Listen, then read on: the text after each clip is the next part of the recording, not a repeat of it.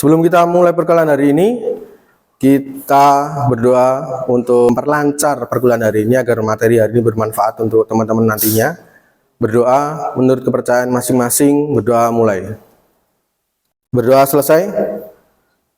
Assalamualaikum warahmatullahi wabarakatuh. Selamat pagi. Oke. Kabarnya gimana? Sehat? Udah makan? Udah sarapan? Mandi udah?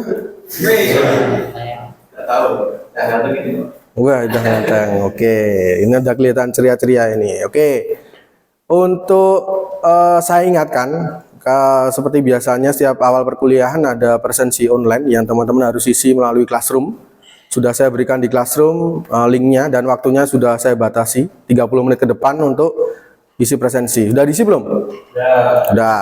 Minggu yang lalu, teman-teman juga sudah belajar tentang dasar-dasar kelistrikan.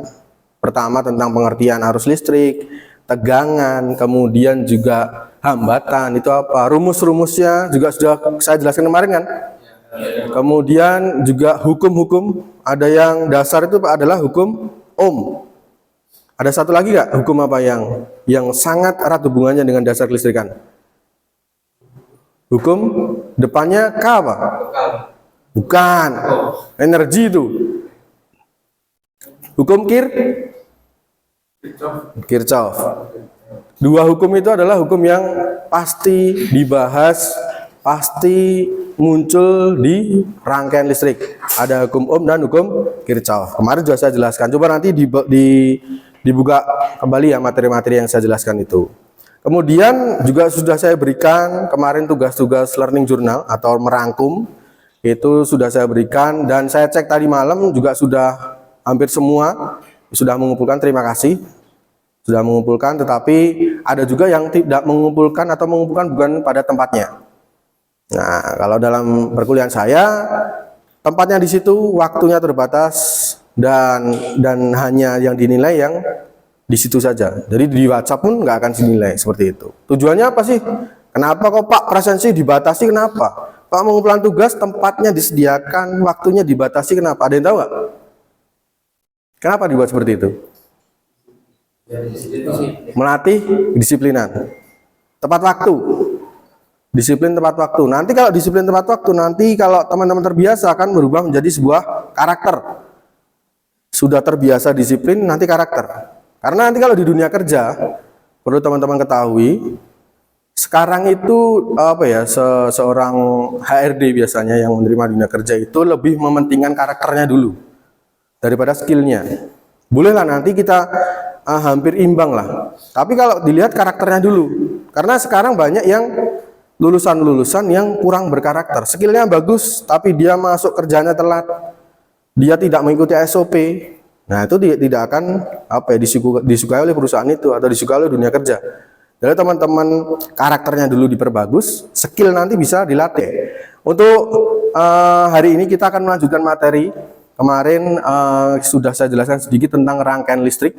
Kita nanti akan membahas rangkaian listrik dengan macam-macamnya, perhitungannya, dan nanti juga penerapannya. Karena teman-teman nanti pasti di sebuah kendaraan itu berhubungan dengan rangkaian listrik. Di rumah ini pun pasti hubungan dengan rangkaian listrik. Karena teman-teman itu di jurusan otomotif pasti berhubungan dengan kendaraan, ya kita lebih fokus ke bagian kendaraan. Nah, ini juga modal utama teman-teman kalau ada sebuah kerusakan di bagian kelistrikan. Pasti berhubungan dengan rangkaian. Mana rangkaian yang terputus? Mana rangkaian yang terjadi konsleting, itu pasti hubungan dengan rangkaian ini. Seperti itu. Ada pertanyaan sebelum kita masuk ke materi? Nggak ada? Rangkaian listrik. Nah, rangkaian listrik pasti teman-teman juga pernah belajar ini. Teman-teman pasti pernah belajar tentang rangkaian listrik, entah itu di SMP, pasti juga pernah, di SMA atau SMK pasti berhubungan dengan rangkaian listrik ini. Seperti itu. Capaian pembelajaran atau tujuan. Kenapa kok teman-teman belajar ini? Tujuannya adalah mahasiswa mampu untuk menganalisis rangkaian listrik. Menganalisis itu lebih mendalam lagi. Bukan hanya teman-teman harus bisa menjelaskan, tapi kalau ada teman-teman pernah belajar tentang kognitif nggak? teori Bloom. Udah pernah penjelasan itu? Nah, itu ada C1, C2, C3, C4 kan. Kalau teman-teman ini masuk ke bagian kalau enggak C4 sampai ke C6 harusnya.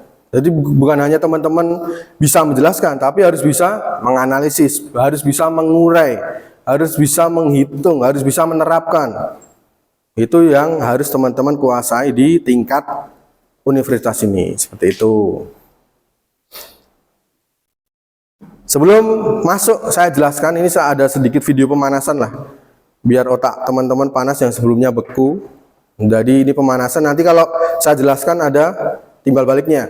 Oh ternyata ini, nanti saya jelaskan, teman-teman bisa bertanya, seperti itu. Silahkan lihat video ini dulu ya.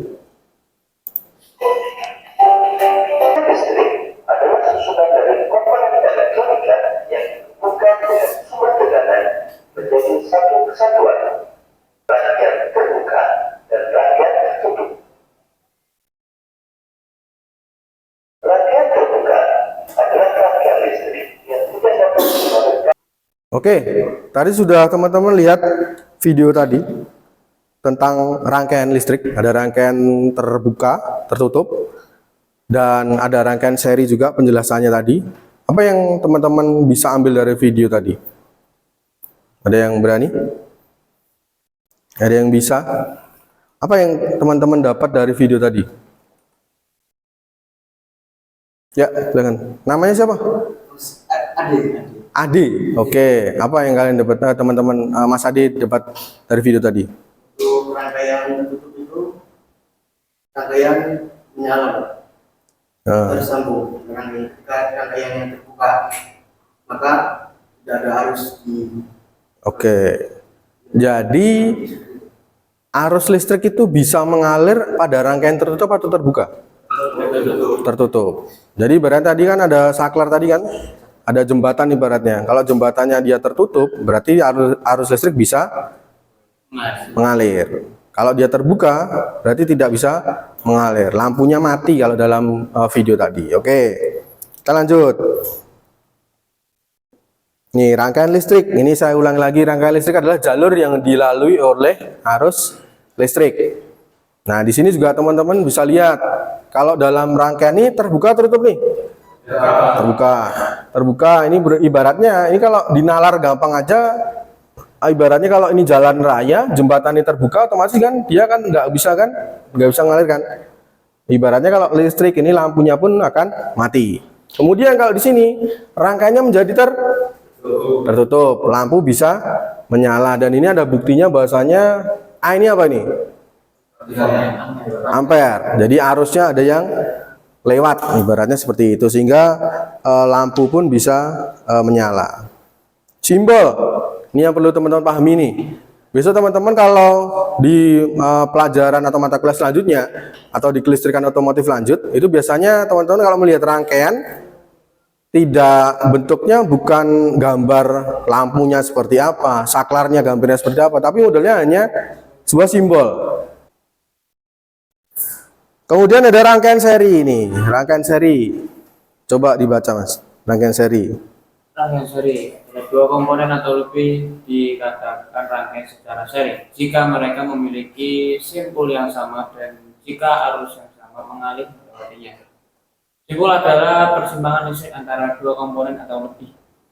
Oke, jadi rangkaian seri itu ibaratnya jalurnya hanya satu, nggak ada simpul, nggak ada perempatan, nggak ada pertigaan.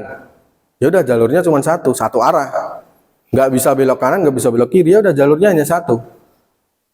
Nggak ada lampu merah di situ, nggak ada, karena jalurnya emang lurus-lurus itu aja. Seperti itu. Ini adalah sebuah rangkaian seri. Kalau dari dihubungkan dengan simbol tadi, simbol seperti ini artinya apa nih?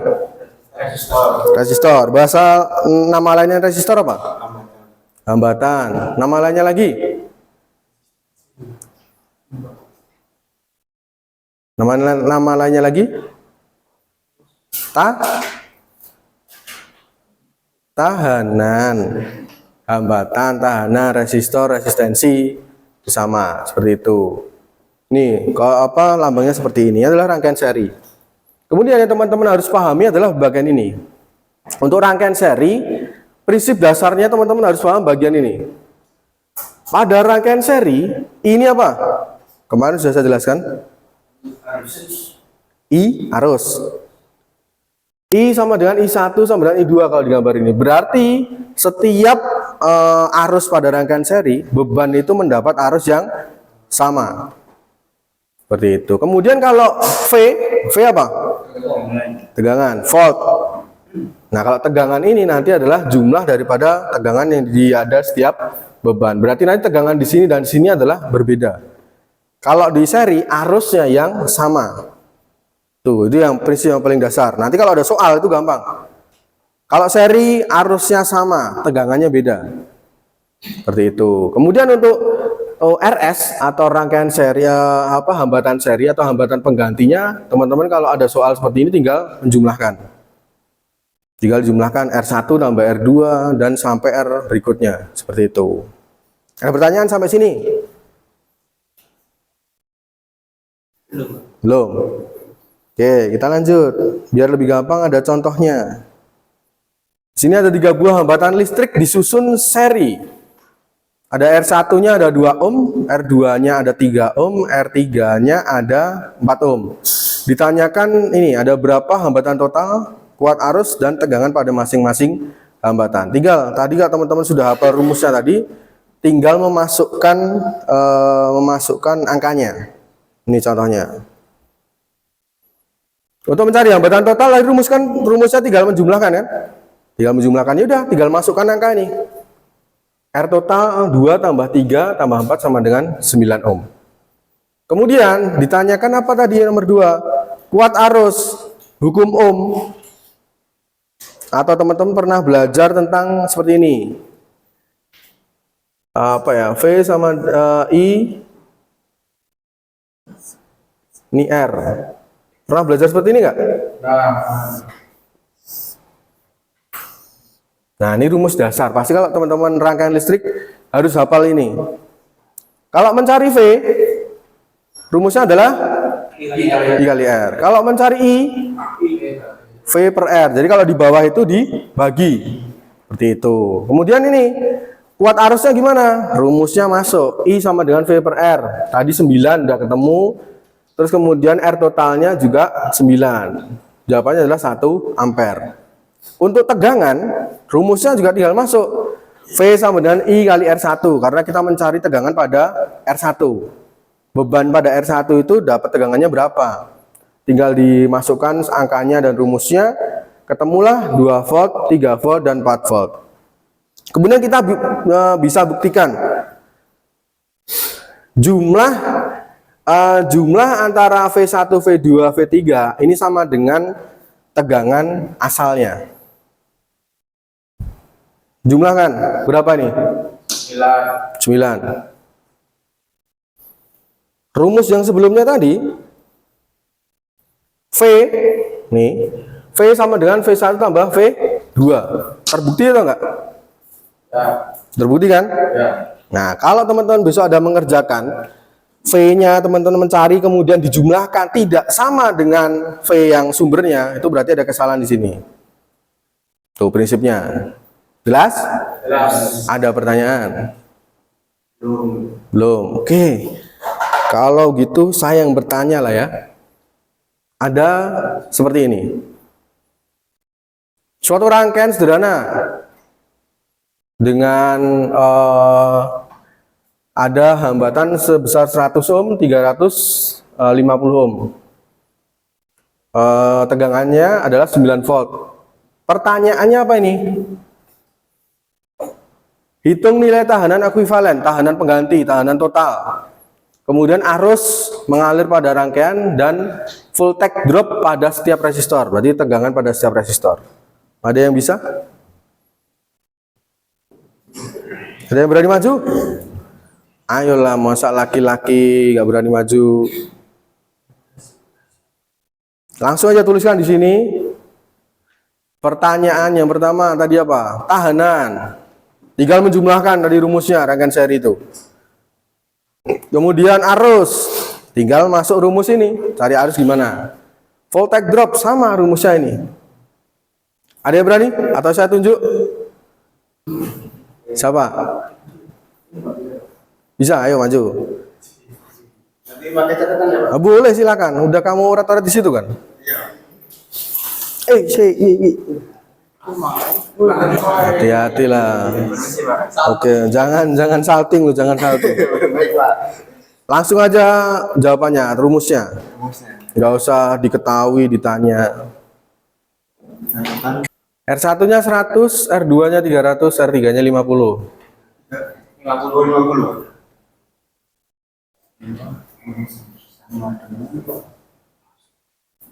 Nggak pakai kalkulator kan? Tidak Pak. Kalau hitung uang aja cepet. Tanda 50. 450 ohm. Selanjutnya apa tuh? Arus. Teman-teman yang lain meskipun nggak maju tolong dicoba ya. Jadi nanti tahu saya udah bisa belum sih? Kok jawabannya saya salah ya?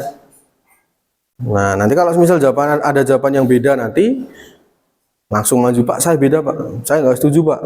Oke, terima kasih. Mas tadi siapa namanya? Adi. Ade. Oke, terima kasih Mas Ade. Ada pertanyaan? Soal nomor 2 nih.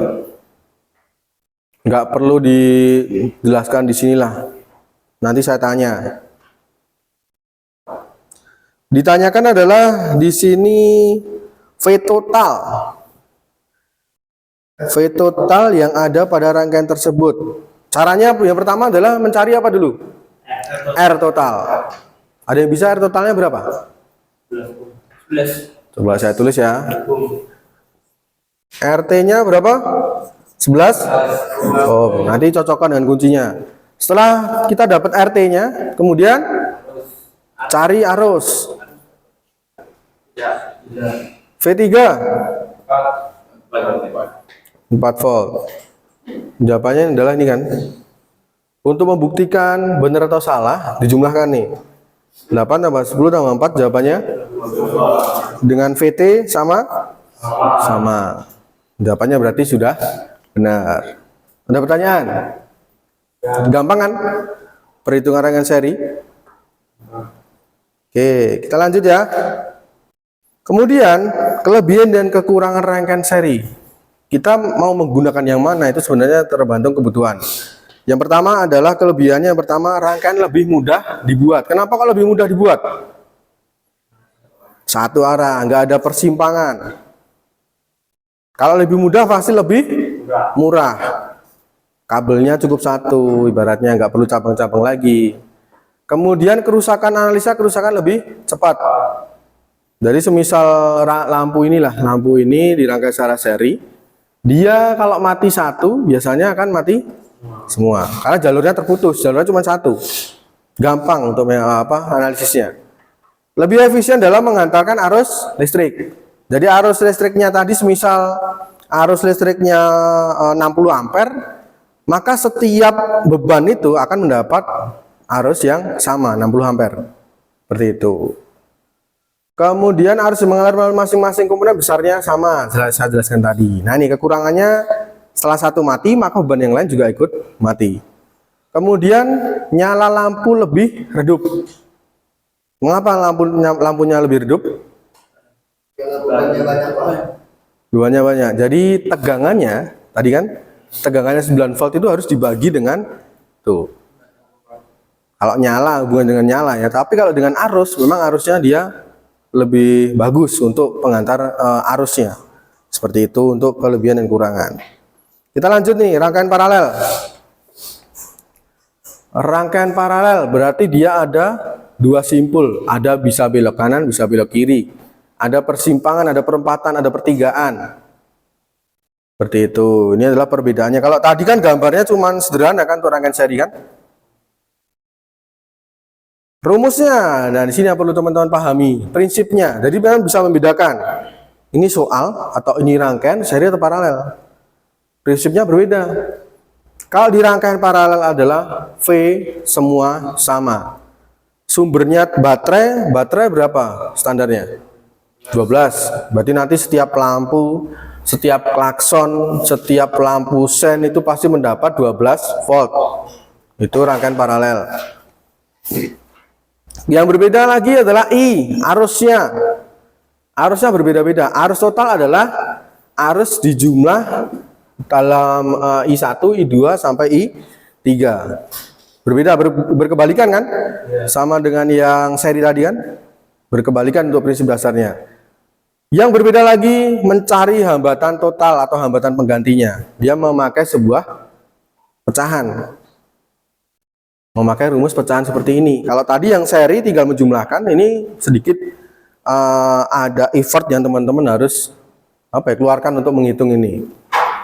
Kadang ada yang lupa menghitung. Setengah tambah sepertiga berapa? Udah tahu nggak?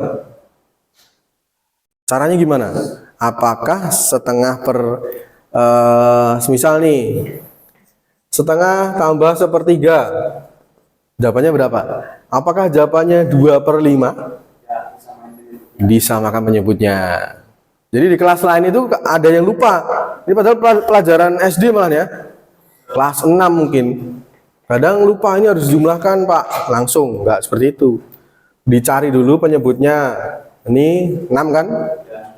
Berarti di atasnya 2 tambah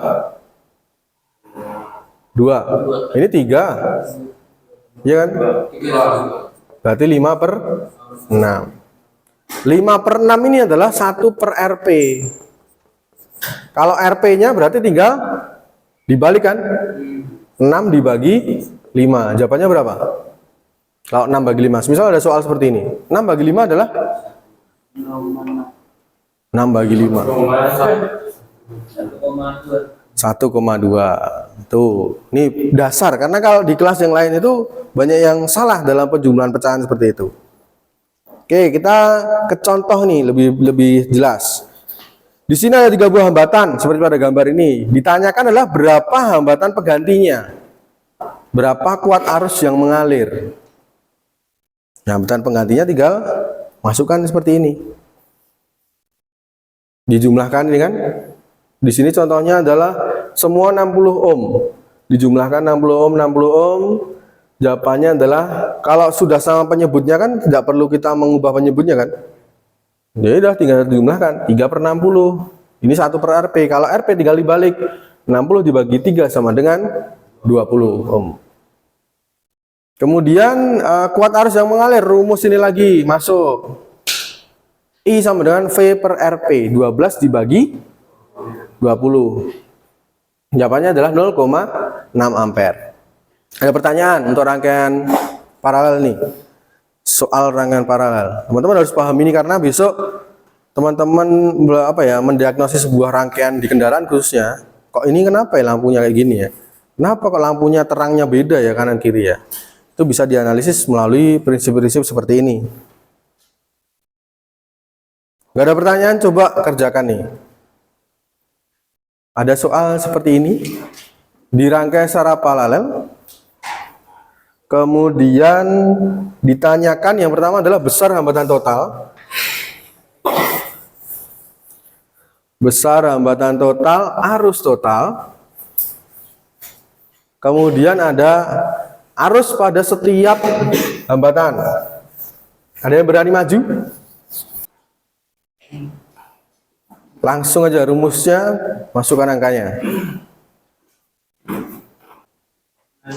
R1-nya langsung? Boleh, langsung aja. 1/2 tambah 1/3 tambah 1/6. Ini ada hubungannya. Kalau A ketemu, B pasti bisa. Udah selesai? Oke. Terima kasih. Namanya siapa? Galuh. Oke, terima kasih Mas Galuh. 1 ohm. Ada yang beda jawabannya? Ya, Sama? sama. Oke. Yang C? Boleh. Wah, bawa meja juga? Kirain bawa meja.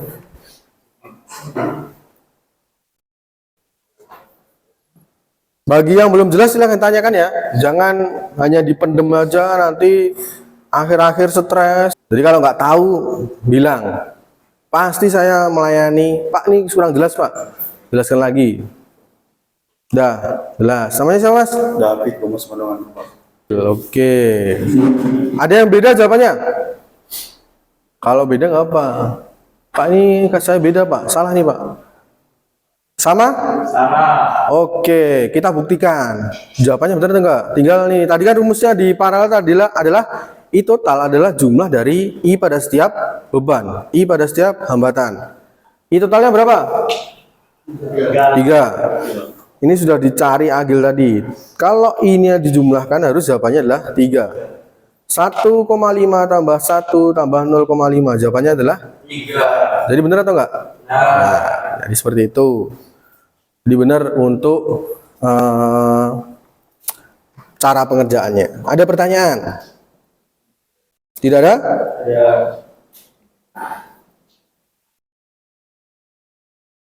Satu lagi.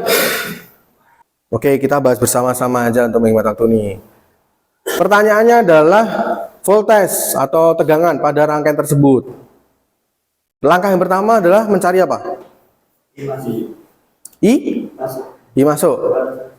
6,72. 6,72 volt. Ada yang masih bingung nggak? Nih, yang terakhir nih. Kelebihannya apa rangkaian paralel itu? Rangkaian paralel adalah kelebihannya adalah karena masing-masing komponen terhubung dengan sumber listrik, maka jika ada salah satu beban yang mati, beban yang lain tidak ikut mati. Oke, materi ini cukup seperti itu. Jadi daripada nanti teman-teman rambutnya semakin terbakar. Jadi sebelum saya tutup ini, apa yang teman-teman dapat atau kesimpulan yang teman-teman dapat pada pertemuan hari ini? Apa? Kalau itu Harus tegangan, hambatan. Oke, cara menghitung, kemudian perbedaannya, adalah kelebihan dan kekurangan. Oke, sudah cukup jelas semua ya. Kemudian seperti biasanya setiap pertemuan yang saya menjelaskan materi ada tugas learning journal. Tugas learning journal adalah tugas merangkum materi. Formatnya juga sudah saya berikan biasanya di classroom. Nah, teman-teman tinggal kerjakan, dikumpulkan nanti maksimal nanti malam. Jelas? Itu ditulis tangan. Tulis tangan maksimal itu cukup 1 lembar. Maksimal, nggak perlu banyak-banyak. Nah, teman-teman tulisan apa malah curhat di situ, yang penting penuh. Jadi yang penting materi hari ini tuliskan di situ. Tas folio dikumpulkan dalam bentuk PDF. Jadi dikumpulkan dalam PDF pada link yang telah saya sediakan, maksimal nanti pukul 11 malam. Di luar itu nanti ya udah nilainya di luar itu berarti nggak akan dinilai seperti itu. Kemudian untuk rangkaian listrik ini nanti juga ada hubungannya dengan tugas proyek.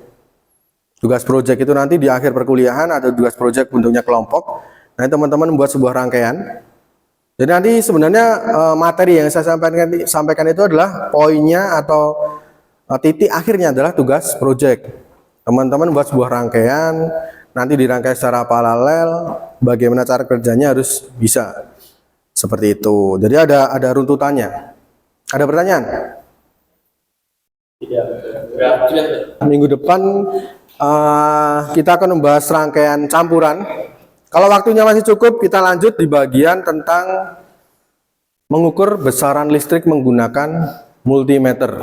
Kalau tidak ada pertanyaan, saya rasa cukup untuk hari ini. Semoga materi hari ini bermanfaat. Selamat melanjutkan aktivitas selanjutnya. Sampai jumpa di minggu depan. Selamat siang. Assalamualaikum warahmatullahi wabarakatuh. Waalaikumsalam.